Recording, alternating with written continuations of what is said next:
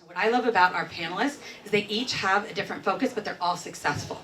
So we don't have to copy, we don't have to do things the way we've always done it, we don't have to do things like someone else does. What we have to do is do it for us and the way we want to do it and do it for our customer.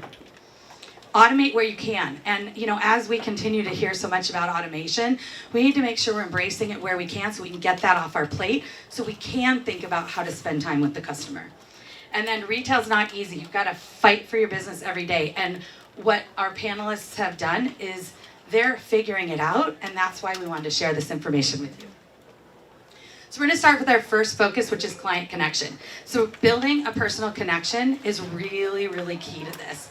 We're going to focus on proactive communication and personalized product needs. Each one of these falls in different categories. So I'm going to start heading to the panel now, and we're going to get some ideas on what to do. So let's start with Lee. Lee, you have 5 stores.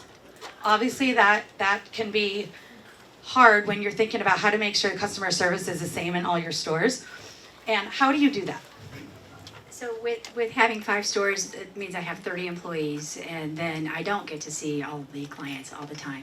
I also do private events out on the road and meet people there. So I do a few different things. Of course, we're focusing on the client every minute in the dressing room all the time, and that's super, super important. But how do you contact them afterwards, and you know that the message is going to be clear? And that's where we did figure out automation, and when we did find Client Book, it made it a lot easier.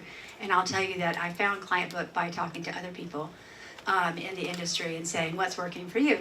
So it did make it quite easy. I could put the message that I decided was going to go out to the client. And then we set which days, how long after the sale it was going to be that we got the message to them. We also added links out there so they could give us a 5-star review or whatever review they wanted to give us. I just automatically assume it's 5-star, which you should do too. And then I'm the one that responds back personally. So every time there is a review of some sort, and we can say, okay, that's the feedback you've given me. I can digest it for a second and then either fix it, which doesn't have to happen very often, or not. But with something as automated as Client Book, then you can get that off your plate. You don't have to have your team contacting a customer every 3 days, and that's all they're doing. And the message is consistent. Yeah, and the fact is, if you don't have an automation now, you should still be doing this. And that's one of the most important things that she's saying right now, is that reach out to that customer, because when you build that connection, there's this sense of, wow, I matter to that store. And I think sometimes we forget that that is worth the time. Instead of doing something else, make sure your team is doing those touch points with your clients. So now, how do you do that? How do you do touch points with your clients?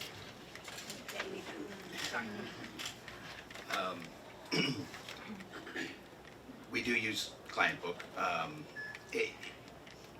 So once a customer is in the store, our goal is to really surround them and envelop them in customer service and give them an experience like they've never had before.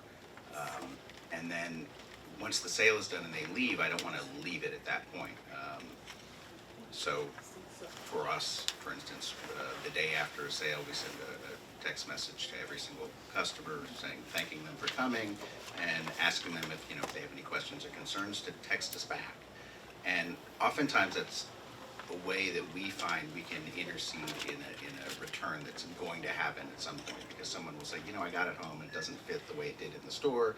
I'm not pleased with it, and they can text us back, and it's just easier for them to do that because we're giving them permission to do it. So they'll text back and we can rectify what it is. And then after that, a week after the sale, we solicit a Google review. You could solicit any Yelp review or whatever, but we just have it set up to Google because that seems to work the best for us. We also reach out to customers on their birthdays.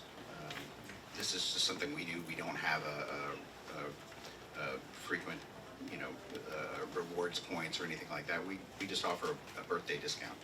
And it's another opportunity for us to reach out to our customer and say, hey, happy birthday. You should know you've got 20% off this month if you want to come shop. Please take advantage. Those sorts of things. So. that is so power centric or customer service centric when you're following up with someone that bought a bra and then you're asking how it fit them. Because when you go to a bigger store, a department store, anywhere else, nobody's going to do that.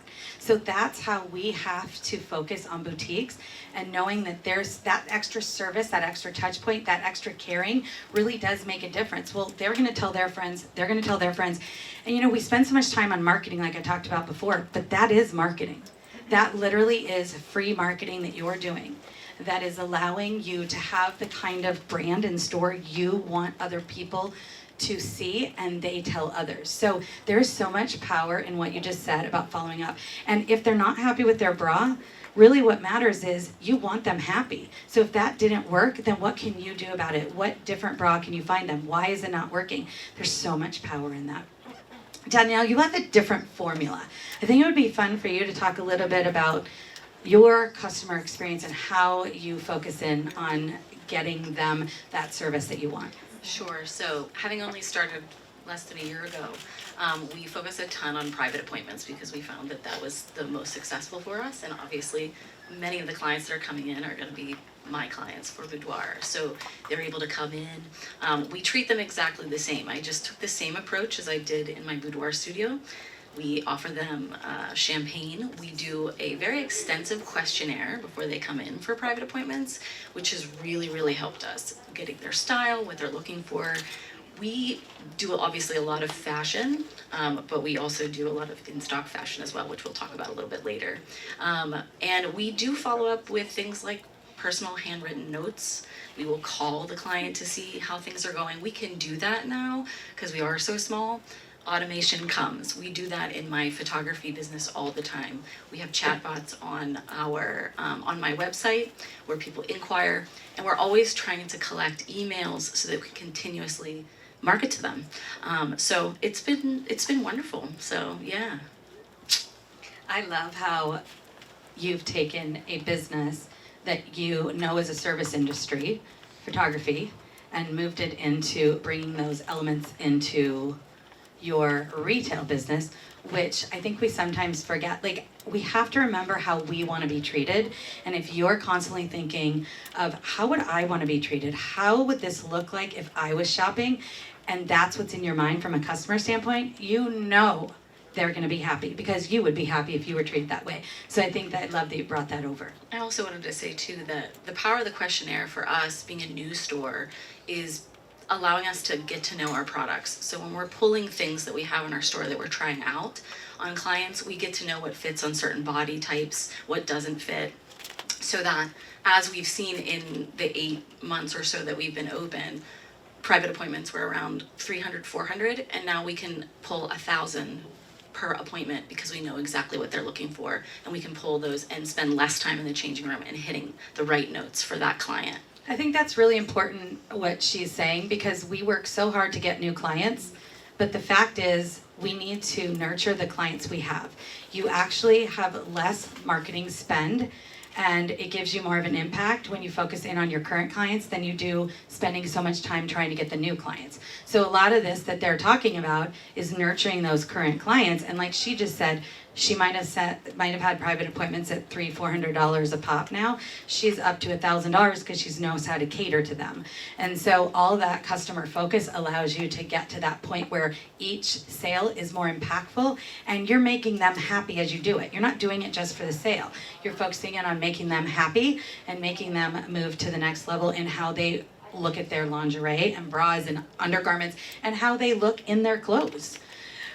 Brady, you are Yes. a clientele expert. Talk a little bit about some ideas that you know that have worked for your customers and ways that we can move that needle with our clients. Yeah, absolutely. So how I look at this is, Lee and Dow mentioned proactive communication like after the in-store experience, and that's kind of how I break it up, is that you have the in-store experience and then you have kind of the post-store experience. And the idea needs to be that it's an extension of that in-store experience. And so when it comes to automation, when it comes to reviews, when it comes to inviting them back in or inviting them to an event, we actually separate it by looking at it as far as clienteling and marketing, and both have their place. Marketing really needs to be broadcasting. This is done typically through emails. You do it through ads, social media, and that is speaking. You're spreading that net wide, and it's focused on a general audience. You can make it specific to your brand, but when it comes to clienteling and really the client connection, it really has to be personal. You can't, and that's why I like, Lee, that you're personally responding to the reviews, because that brings that back into it. But when it comes to whether it's a personalized product that you're reaching out based off of, one thing I think of is reaching out based off of size availability. So if you have a one-off size in a certain brand, and had you built that relationship with that customer, you knew the sizes that they were in that, you can be able to filter it, filter that customer, segment them, and then reach out and say, instead of offering a massive discount on it, you could say, hey, there is one size left, and I know it'd be a perfect fit for you. You want me to hold it for you?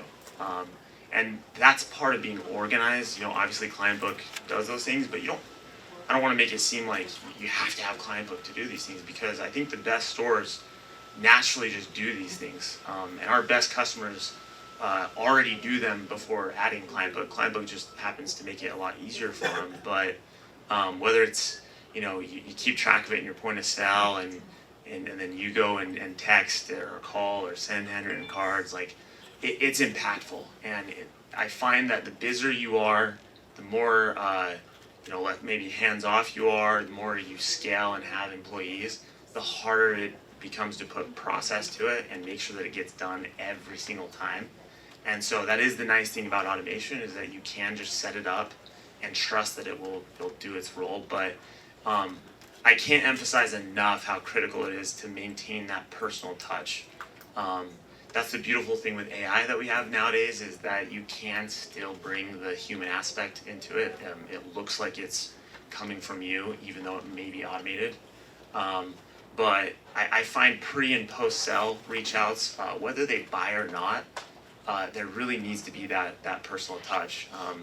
Part of that is collecting the right information, right? Feeling like, despite them transacting or not, we do need to be collecting it, and there's ways to do that. It's interesting. One other idea to tap onto that he mentioned was, when you have one size left in a bra, you're going to reach out to that customer and say, hey, we have your one piece left, send a picture, and then are you interested in that? We don't think about managing our clearance that way, but we always have clearance in lingerie and any business, but lingerie, there's size intensivity, and so you're going to end up in a scenario where you're going to have bras left in sizes. But if you could key in on those sizes and the client's size needs, then you can send a text, say, hey, we just took these 5 bras to markdown and they're in your size. I just wanted to let you know they're available. And they'll usually pop back and say, oh my God, I was wanting that bra in the store, but I'm gonna pop in and try some of them on. Great, do you want me to hold a couple for you? I mean, this is truly how you build a connection and how you utilize your time in the day, especially your salespeople, yourself, whoever. And all that noise needs to go away, because this actually drives sales. And that's really the point, right? We're trying to move the needle. Let's talk a little bit. One other point I wanted to touch on was, a bra has a life cycle. So Lee, when you see a life cycle happening with the bra, how do you address that with your clients? So you're saying that the bras need to be replenished. Absolutely. Replace. The customer can only wear them so long. Absolutely. So they need to be replaced. And you know what? How many people have bras in their drawer that they've had for 10 years, 8 years, whatever? Someone's raising their hand emphatically back there. It gets to be crazy. We also have clients that have 70, 80, 100 sets, and they're very, very proud of that. And so when I know that they've got something that, when I have those customers, I have a list of them, and I go, okay, this is in now, and they're going to want this whole set. I do reach out to them. We do keep that separate, and I have people assigned to take care of them. But when I know that, when you know someone is going to need to come back in 6 months, you have your 38 double H customer, you have your 36 double J customer, their bras aren't going to last. that long, and it's imperative that they have something. So if you have them on it somehow automated that it reaches out to them 6 months after the sale, when you're getting 100, 150 sales a day, how do you keep up with all of that? And so then you're going to be losing clients if you aren't, because there is that wonderful thing called the internet that they can go and get on their own. So you do need to maintain that client relationship and say, come shop with me, come shop with the ladies in your area. Keep that cyclic money cycle going, and keep the money here and don't send it out somewhere else. Reminding them that is important. But I think getting it on a good cadence, right, and then deciding which classification of customer you have, how often you need to reach out to them. I have replenished and doing it automatically. I love it. I love it. Okay, so clearly that communication is what matters. We've seen success here. We've seen why that's working. So now we're going to move on to the next category, and that's experience-based retail.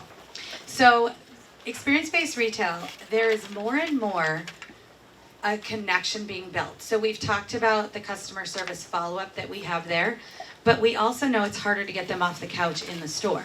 So building that feeling that they want to come in, the experience they're getting when they're walking in the store, whether it's offering the champagne, whether it's an event, it's building that focus so they are able to connect with you.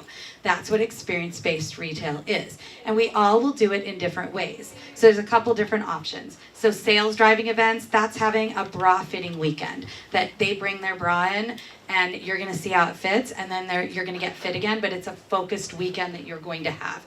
You're also going to have those clearance events, like semi-annual events. Those are truly sales driving events that you are going to do, that you want to make sure that you're featuring out there. Partnership events is maybe with a stylist, it may be in your local area, maybe with a photographer. We're going to talk about that a little bit. Private events is, Danielle mentioned it earlier, making sure that you're focusing in on getting that private appointment. And then community events, how are you supporting the local hospitals, the nursing homes, connecting with them and bringing them bras? Like, we have to think differently to get business sometimes, and we get stuck in our ways. Well, events don't work, or events do this, events do that. But we're going to talk a little bit about ways that it could work, and you're going to make it work for you and how you do it. I'm going to start with Lee again, because there's this really cool idea that she had that I about died over. So will you share kind of, you know which one it is. So will you share a little bit about something you did out of the box that is really working for you? Oh, yeah. Okay. So we all do the fit events, the trunk shows in store, and you've got the different brands that come in, and it's, yay, Even's here, woo. But at some point, I can get my staff to do all of that for us, and we have amazing customers that come in, but I also have customers across the country.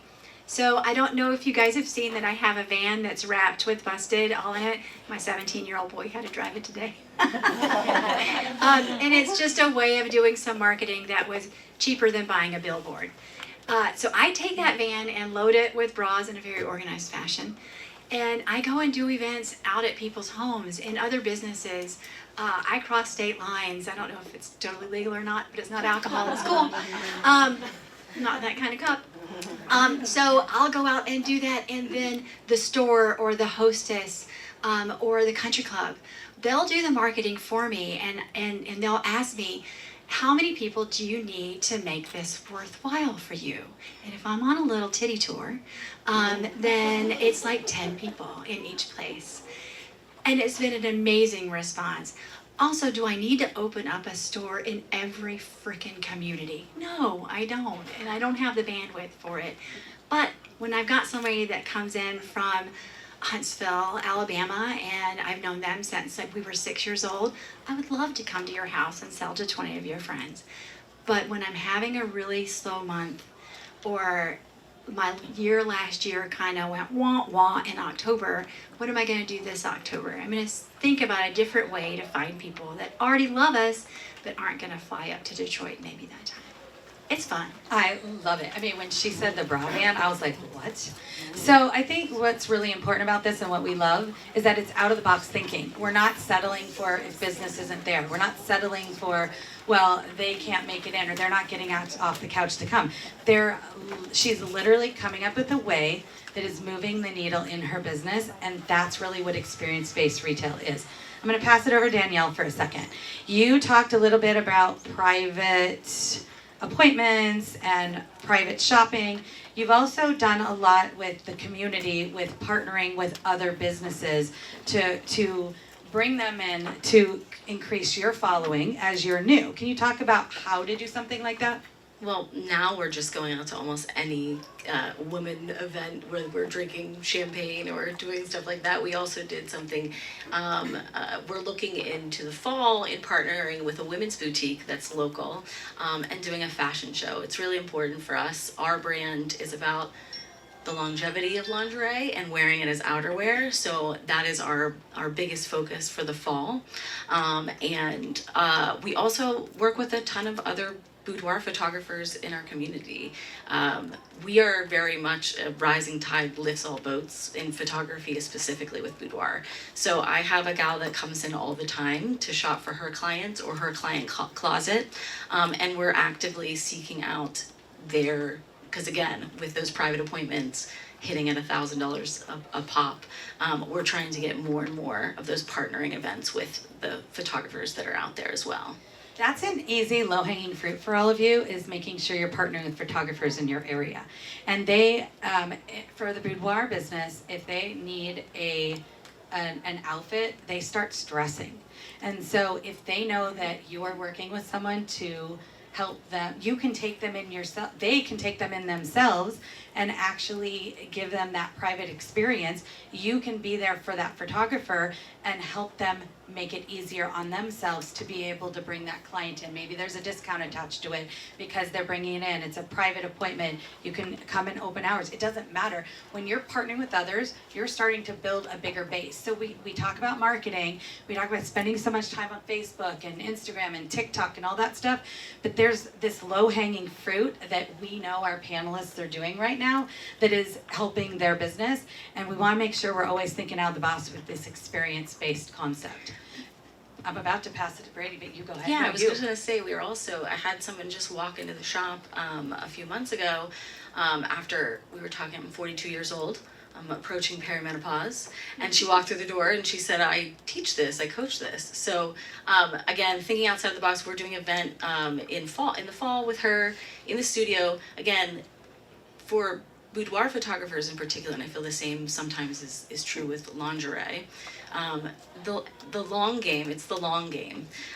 So getting them into the store, getting them to experience has led us in the 8 months where other photographers are struggling, we're up 26% on my photography side.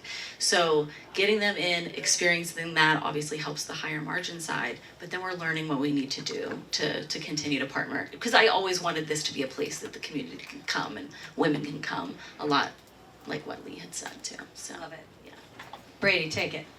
Yeah, I think some of these activities, some of these events might be unnatural to some stores, and that's okay. I think what we're promoting here is going on the offense. That it's only through proactive, aggressive business approach that you're going to succeed. I think the most debilitating thought is that because of the economic climate, my store is down or that I can't do anything about it, and it's just a terrible thought, right? And so it's going to be hard, and you might have to work twice as hard to get the same result. But what's the general definition of insanity that we always hear of? Just doing the same thing but expecting different results. That is insanity, and so I think it's very liberating when we talk about these events that. It really is, part of it is getting creative and thinking outside the box and doing maybe what you won't naturally do as a store, and it's like maybe not aligned with our brand. It's you can find some events that are aligned with your brand, but it's doing the same thing or doing what every other store is doing, like social media and the typical posts, like those aren't going to move the needle. And it starts with the personal interaction and building that relationship with your customers. But then it comes from being a little wacky and a little out there and having a van, you know, in organized fashion. Take And it, it's a compliment. and it is. But you know, and you're gonna do an event, and it might be your first event that you do, and it probably will fail in some degree.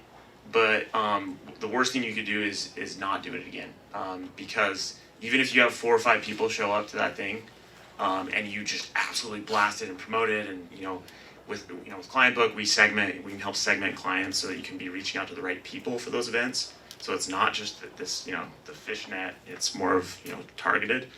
But the reason why we focus so much on repeat business and clienteling, there's actually Harvard research associated with this, but they convert, so repeat existing customers convert twice as likely as new ones, conversion rate, and then they spend 31% more than new customers.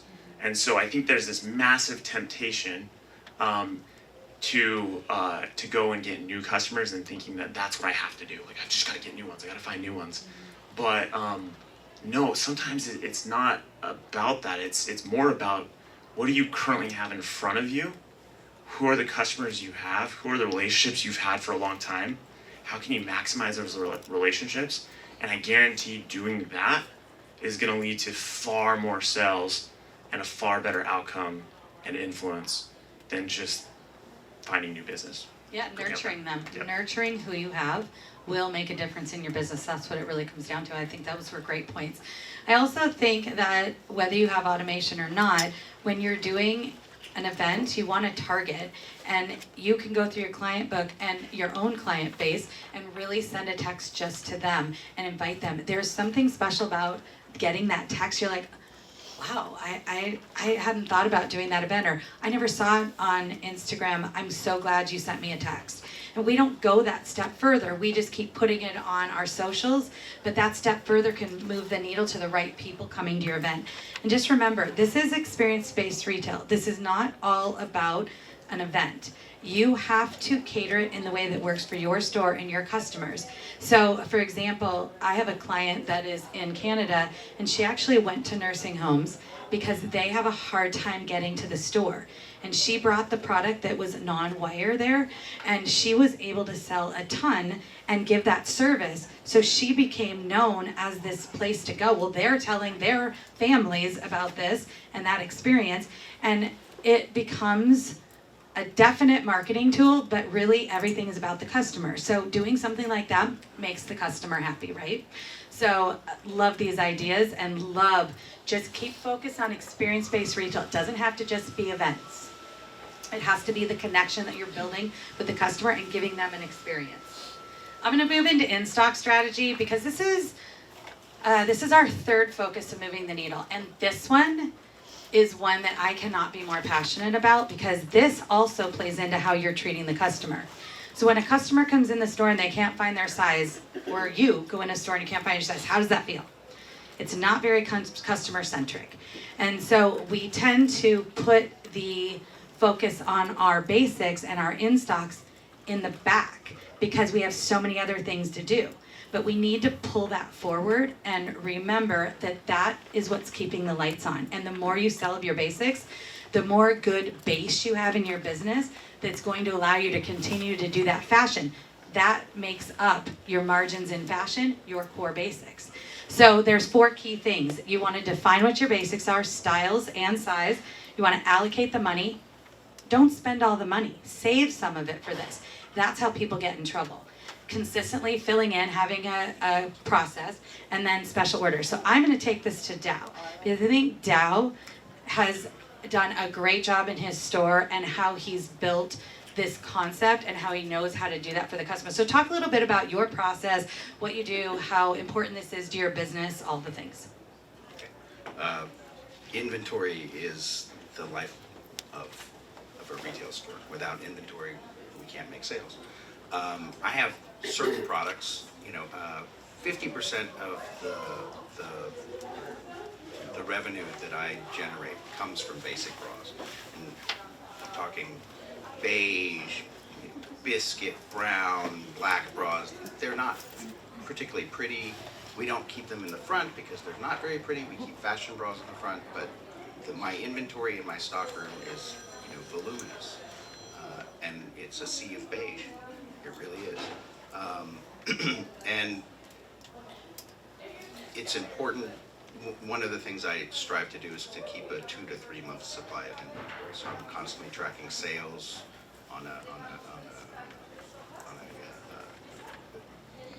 by products, by style colors, by style color size combinations, and I've got a reorder list. So I basically set, without getting too much into the weeds, I try to set all my inventory levels at about a 2 or 3 month supply. So I've got it automated. When weekly we pull a reorder report, and then we send in our reorders weekly. So we're constantly getting new product. We're constantly selling old product. If I could encourage, if you don't have that set up in your POS system, it doesn't matter whether you use Lightspeed or Shopify or whatever, somewhere in your point of sale system will be something about reorder levels. Typically it's a max level and a min level, and get in there and learn how to do that. I set my max level at 2 months. I set my minimum level at 66% of 2 months, just because it was a number I pulled out of my head. But whatever it is, to make sure I don't run out of inventory, because when I do run out of inventory, it's a sale that just walked out the door. So defining what the basics are is another element of it, and basics don't necessarily have to be beige. We even have some basics that are sleepwear basics.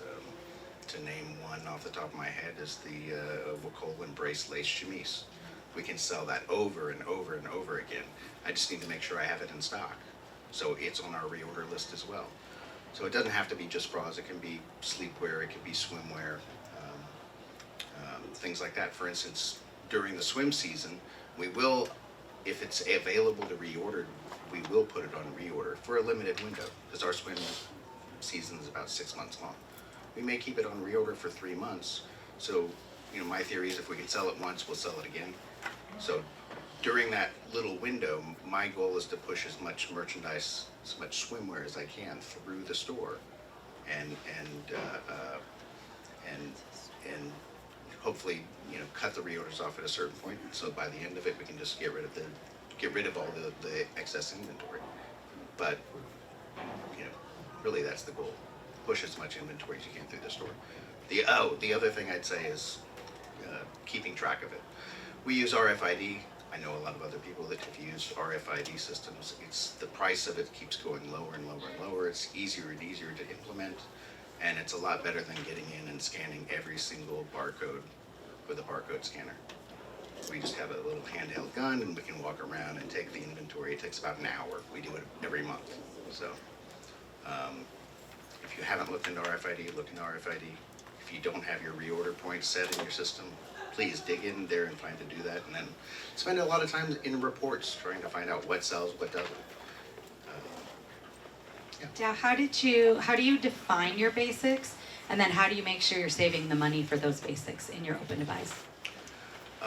This may be shocking. I don't actually have a budget for basics. I completely separate it. So what I have a budget for is what we come to market to buy, basically, is our fashion bras, our fashion panties, our sleepwear. My inventory that is a basic, I don't have a budget for it. It's a product of the market and what it can sustain. And through slowly over the process, let's say we bring in a new bra. We decided there's a new bra we want to bring in, and everyone's excited about it. So we'll set it at 1-in-1 reorder, which means if we sell one, we buy one. Well, after a month, I'll do a report, and it says, well, we actually sold 4, so now I'll set the number to 4. And slowly but surely it'll build up. So I don't really have a budget for it, and I advocate it that way, that it really shouldn't be. It should just be a product of what the market can bear. And slowly over time, doing these reorders, it doesn't really matter, because if a bra, let's say, falls out of favor, slowly but surely those reorder points will go lower and lower and lower till eventually it's become painfully aware, hey, I'm only selling one of these, every 6 weeks. Do I really need to keep it around?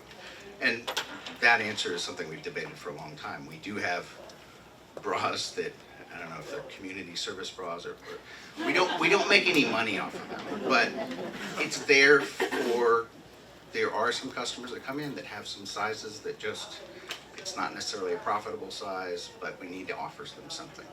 And so, we have some bras that don't get, maybe one turn a year. It's not a great, not a great thing.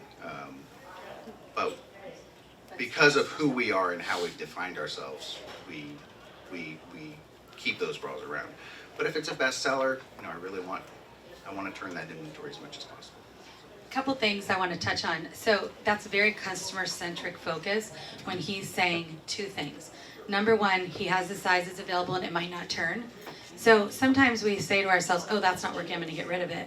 Well, there are customers out there. It's also how you're getting in the community and sharing that you have those extended sizes, but you're not gonna sell them as much as you are with a core basic bra size. So you have to think, am I customer-centric focused? Then yes, I'm gonna make sure I'm investing a little bit so that my customers have what they need. I think Lee also does a great job at this. Her extended size focus that she has, it's on the website, they do virtuals. There's so many ways that they're focusing on that extended size concept that it's very customer-centric.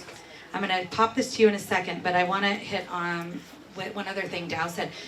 He mentioned he doesn't have a budget for basics, but in theory he does, from a retail consultant standpoint, because he is not going to turn off and not order what he needs. When I work with boutiques, and they're especially just starting out, even boutiques that have been in business a long time, their answer is, well, I don't have the money to buy the basics.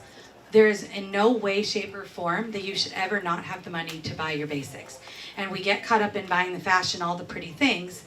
His mindset is, I don't care what that rolls to, I'm buying it anyway, because I know that that's going to drive business.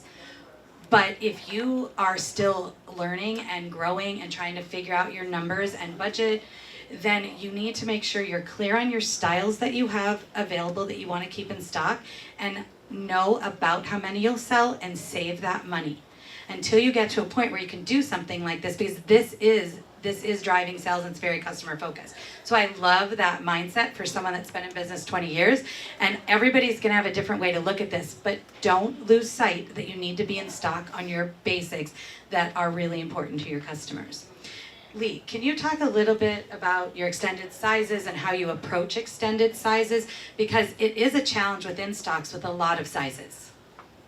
So the way that I think about stock is a little scattered, but it works for me. There's basics as in basic bras, not basic colors. So for me, let's just go for the example of the Matilda. The Matilda for me, it sells in any color, it sells out, it's gone, it comes in jade, it comes in purple, it comes in neon, it comes in whatever the hell you want. And that's what somebody who is a 38 double J, they walk in and they go, oh my God, I've never seen something that much beautiful, it's usually beige or black. I'm like, great, this is awesome, I can always get that for you in beige and black. That's always available. Now that they are supplying us with stuff again. So I turn those fashion colors so quickly, it doesn't make sense, especially if I have a 700 square foot store, which I do, and so, I know some of you guys do too. I also have a 4,000 square foot store. So, each of those stores are handled differently. The other way I approach this is bras in my store pay rent on the racks. There are some things that are very low and that has to move quickly because that's very visual, right? Everybody comes in, they're gonna see that snack, it's gonna move very quickly.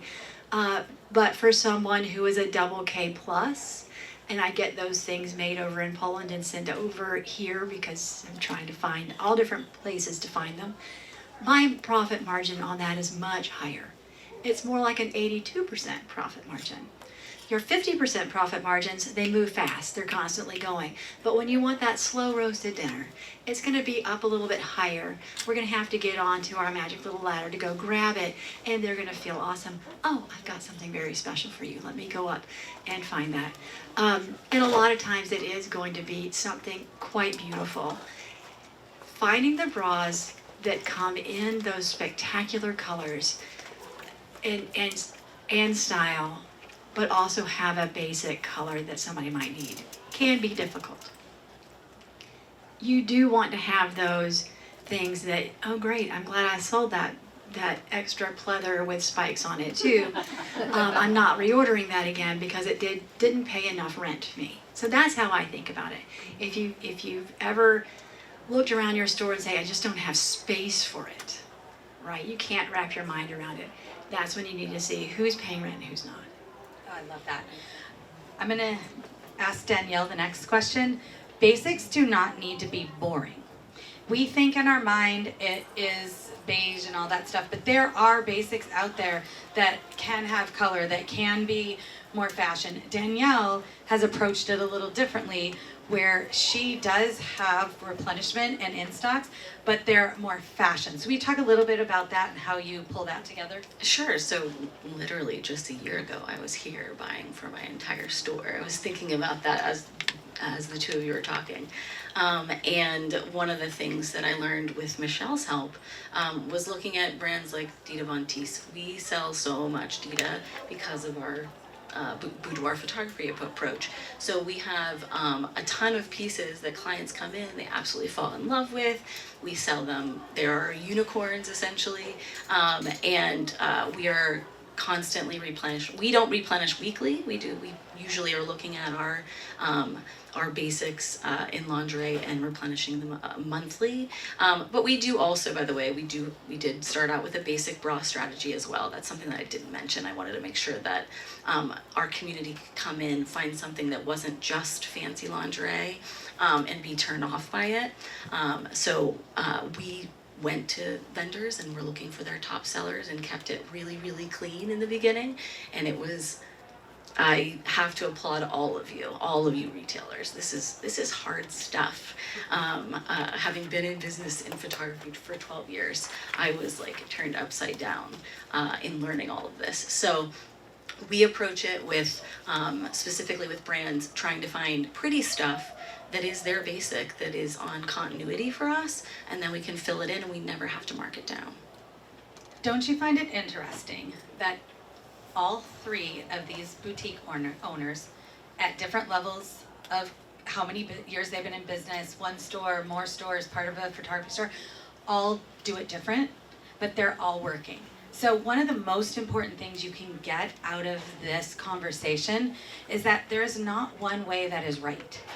We aren't just going to go this way. We're not just going to go that way. We're not just going to go that way. We're going to pick what works for our customer base.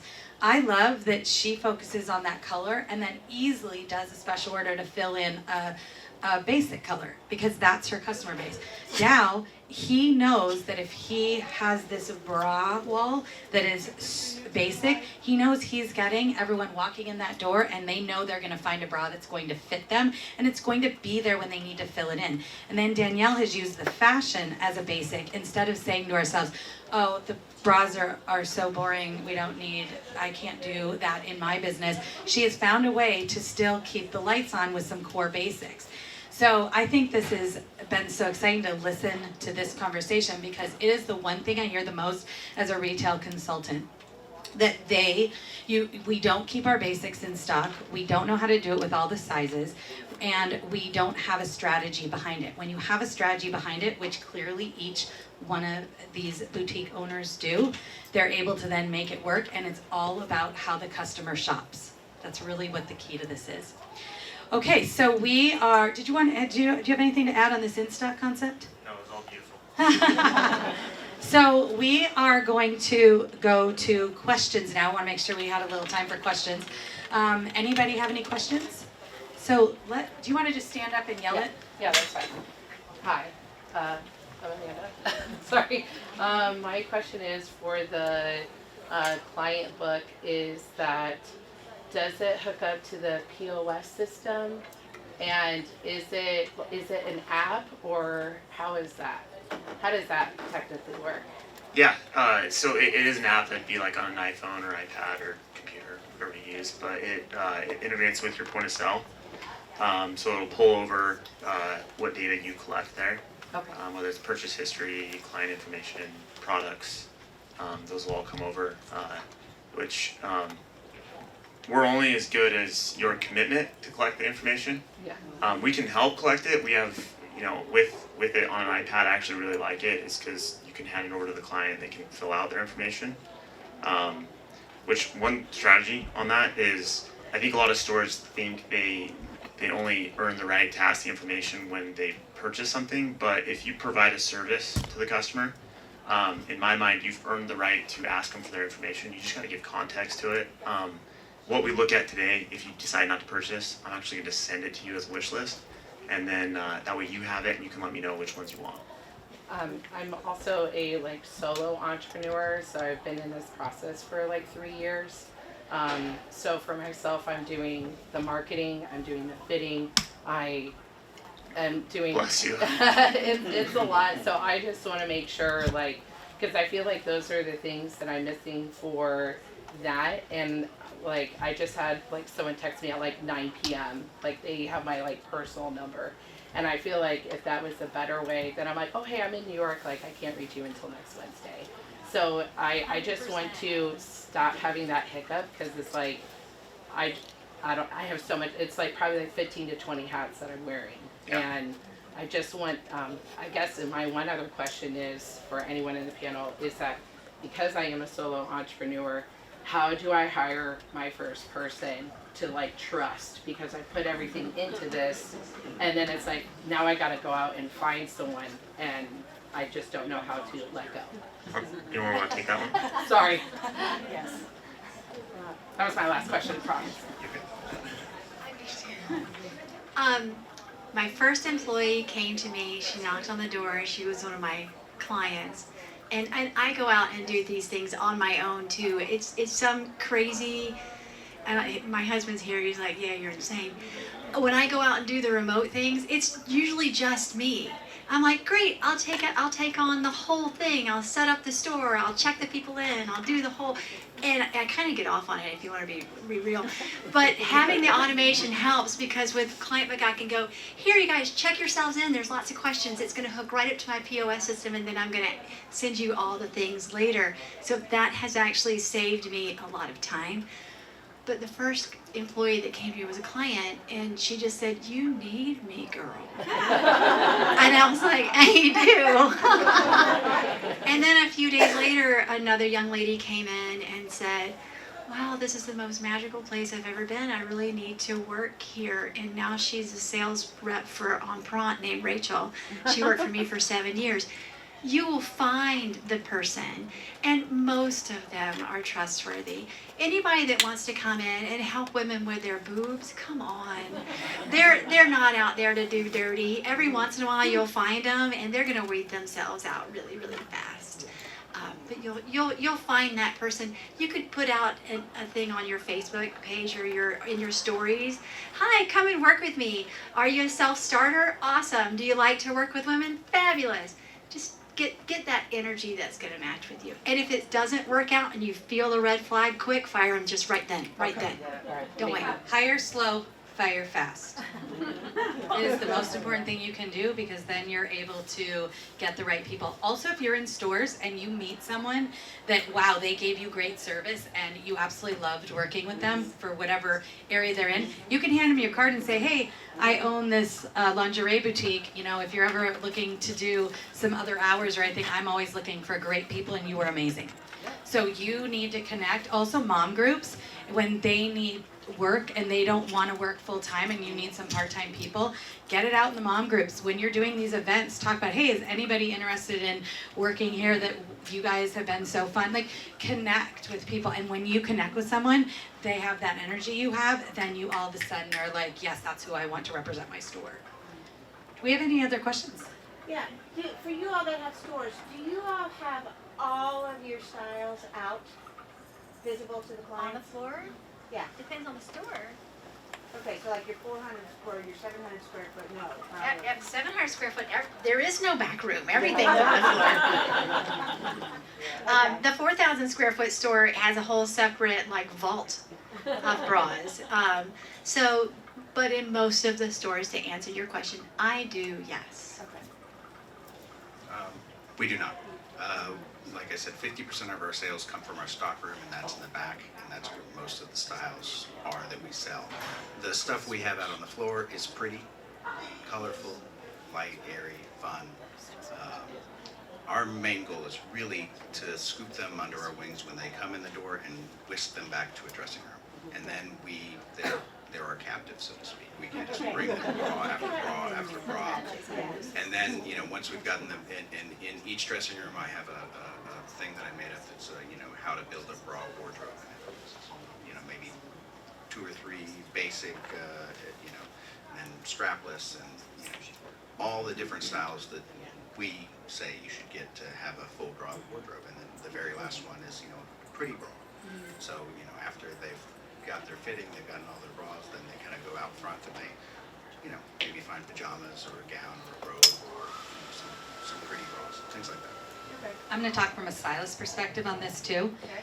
Absolutely partner with any stylist in your area, because I cannot tell you the amount of questions I get as a stylist saying, I don't have the right bras. I mean, I'm in there and they're changing out of different clothes and I can tell they're not having the right bra that fits.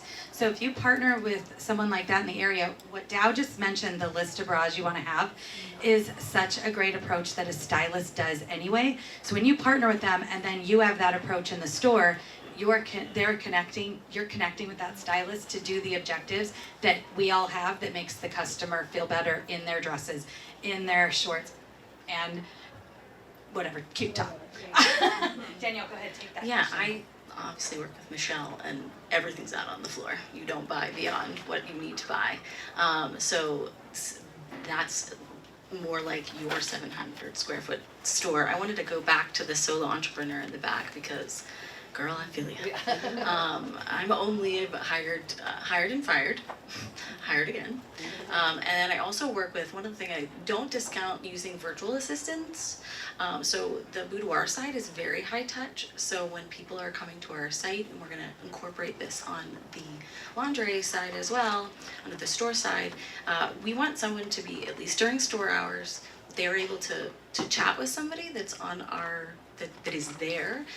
I only see her a couple times a month, but she is, when you find that person that can work virtually for you, that can take the calls, but then you can also find AI, like you were talking about, that can help respond for you, schedule things for you. We schedule consultation calls, which we're gonna transition into scheduling our private appointments. So moving them in, getting them to put in their name and email address and phone, getting that information, right? Everybody that comes to your website doesn't always buy, but you do wanna find a way to capture them so you can, build that market. I've been doing that for 12 years and it's really, really helped. So yeah. I want to clarify one thing she mentioned. She is a fashion store. So when you are a fashion store, you're not going to have backstock because you need to turn those goods because they turn into markdowns. What Dow's description of his space, he is 50% basics. He's not going to be able to put all the inventory on the floor because it would look too overwhelming to the customer and you don't want to overwhelm them. So the formula that you have is how you decide what's in the back or what's not. On that, Go ahead, you go, and then I'll go. on that exact note, as a first-time buyer who's still trying to figure out who their core customer is, their core group, how do you figure out the percentage mix of fashion and staples? Oh my God, I love that question. Who wants to take that? I hire a retail consultant. I mean, Not true. just with what money? I mean, we don't want to be sales. Sure, I understand. So for me, it was different, obviously, because I had a very successful boudoir photography studio. I've never taken a loan out for any of my businesses, so totally get it. And I feel like, however, I know that I would have wasted so much more money had I not. It's all about a vision and strategy, and you can hear each one of these has a different strategy. And so they're clear on that, so they know how much they need to spend in each of these categories. She has she's going to have less, he has much more, she's right in the middle there. So, you know, you've got to know kind of where you want to go to who you think your customer base is. Dad, do you want to take some of this? Sure. I start with the brands that you want to carry and talk to your sales reps about what the best sellers are. And they'll be honest with you about what they are, about what the best selling sizes are, and start there. And then you know, you start small and you just build. Kind of like when I bring in a new bra, I don't bring in, you know, 8 of each size. I bring in 1 of each size, and maybe not even every size that's available, and just 1 of what the core sizes are. And then slowly but surely, I sell 1 and I buy it again, and I sell 1 and buy it again. And before long, you know, I've got prima donna figurists, I think in a 36H, I think at my reorder level, I think I want to keep 20 in the drawer. Like I reorder it when it gets down to 15. So slowly but surely, you can build your inventory, just it takes time, but you'll figure out what your best sellers are quickly. You want to touch on any of this? I do, because we started really weird.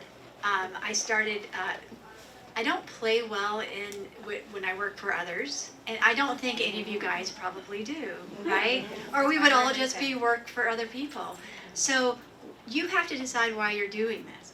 Are you doing this because you're out there and there's not a place for people to buy bras in your community and you think it sucks and it's unfair? That was me. I was like, these women are walking around the city of Detroit, there's not a single place to buy a bra. There's not a Target, there's not a Walmart, there's not a mall, there's a dollar store. So that was my why, is these, if they don't have a bra, they can't keep a job. You're gonna get fired for in some places, right? You're running around a bank and no, they're not gonna let you stay there. It's not a professional setting.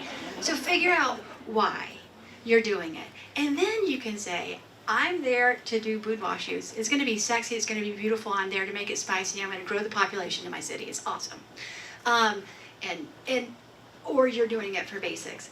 So there's no formula, baby. You do it on your own. I started with $12,000, and he's like, you really didn't have that much. And I went to a couple of places that said, do you carry bras for big boobs? And I knew Goddess did because I had worked in a bra shop in college. And the lady came in and said, what do you want? And I'm like, I want this and this and this. And she's like, how much money do you have? She's like, oh girl, throw that away. And she took my order form. She's like, may I? How much can I spend? I said, give me $3,000 worth of stuff. And Heather Hansel, my sales rep, wrote me my first order. And I said, what is it? She goes, wait till you get it. It'll be fabulous. I'm like, okay. And I sold all of it. And then she just came in and said, now we need to do that again. So you test, you rinse, you repeat. Did it work? Test it. Data. And then all of a sudden you're going to, I think I need some strapless bras. That now people are asking me for strapless bras. So you can grow it any way you want to. You might have a budget of $1 million. I don't know. But it's sometimes just do it. Stick your toe in the water. Buy something. Did you think it was gorgeous? Would you buy it? You'll sell it. If you would buy it, you would sell it. Yeah, and I am gonna say it's good to have a roadmap though. Because even the way she's explaining this, she still had a roadmap. She knew how much she wanted to spend, and she's figuring out what she knew her market needed. So that roadmap is what's really key. I'm going to take that question back there really quick. Oh, sure. Yeah, I think it's for Danielle. You had mentioned that one of the things that really helped your business was doing the client intake form. And I'm just curious if you could give me an example of what types, besides the basic demographic information you're asking on those forms, what type of questions? Absolutely, and if you want, I'm happy to share it with you as well. And I'm an open book. So, ironically, since I am a solopreneur, I was using ChatGPT to help me with styles. So I was asking, what are all the different styles in terms of clothing that you'd find in a lingerie store? So that I could say, okay, client, when you come in, I want you to tell me what it is you're looking for. Tell me what you're not looking for. I did a fit boot camp here, which if you haven't done one, I think it's really, really valuable. And one of the things that we look into is there any place that we shouldn't touch? Is there any kind of, anything we should know about you? Again, when clients come in, they feel like they're so seen because we have their drink preferences ready for them. If they said they wanted to do a mocktail, we have water, we have everything ready for them and pulled. based on the questionnaire. So then we will say, what are you looking for? If they're looking for basics. We also have different appointment types, which has really helped us. So we have our VIP appointment types, which basically all of them have the same questionnaire. And then that is for the boudoir clients. And then we have regular personal bra fitting, so that our fitters know kind of why someone's coming in, what kind of basics that they can pull. And we actually have, because we have a smaller basic selection, we do a lot of special orders. So once we find out whether they're doing well with the bra, we're gonna order the black and the red or something that also comes in continuity. And then we also do couples. We have a couples appointment. So all of our appointments are about 90 minutes, and people come in, and husbands and wives or partners can come in and be a part of that process. So we have always been about exclusivity, making people feel really special. I always loved walking into a Ritz-Carlton. I don't walk into that many Ritz-Carltons, to be clear. Where when you walk up to the desk, they say, "Hi, Mr. Tirserio, how are you?" They already know your name, right? So it's like those little things, those little high-touch things that we don't get as much anymore from an Amazon box. We get that when you walk into our boutique. Yeah, so, all right, we'll take one more question and then we will wrap it up. Go ahead. Hi, I'm Brenna Black. I'm a Houston-based designer, so my question's for Dal, and I'm wondering if you've ever collabed with anybody to create an exclusive line for your store. We have not done any white label. That's what you're talking about, right? Yeah, no, we haven't done any white label stuff, but not something I wouldn't be open to or consider.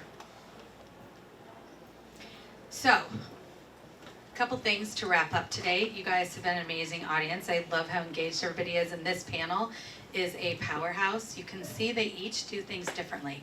And so walking out of here, you have 3 focuses to work on. It doesn't always have to be marketing. It doesn't always have to be the little to-do list that you have. If you can refocus yourself on getting the things that are gonna focus on the customer, that matters. So the touch points with the customer, the experience-based retail, so building an experience so they remember you and know you and wanna be part of you and your brand. And then being in stock on the right things so the customer comes in and finds what she needs. If you can take some pieces out of each one of those that you found today and start implementing them, your business will move. I have a show special that I'm doing. Do you remember what it was? You can do a free consult with me, and we can talk a little bit about your business, what you need, the roadmap that you need, because as you can see, you should be doing it your way, not one of the ways up here. And then I have a 20% off on the packages or the hourlies that we have. And then when we talk experience-based retail, I actually have a program that will help you get those events actually moving the needle for you versus just doing an event, putting it out there and hoping it works. Including understanding where your financials coming from, because Dow does not do a lot of events in the store. He hasn't found them to be as impactful. So you have to know what works for you and be able to understand your objectives of those events, experience-based concepts, so you get results out of it. And then I want to share, Client Book also has an opportunity. You have a $50 Amazon gift card opportunity for stopping by the booth and taking a demo. And you guys, if you're looking at automating and you think customers are important, this is a great opportunity for to at least go see if this is going to be impactful. And then you also have the opportunity for waiving all the setup fees, which is a $1,000 value at the show. So I can't thank you enough for being here, and really, I want to thank the panel because their expertise is allowing all of us to win. Thank you, thank you. We're around for questions if you have any others.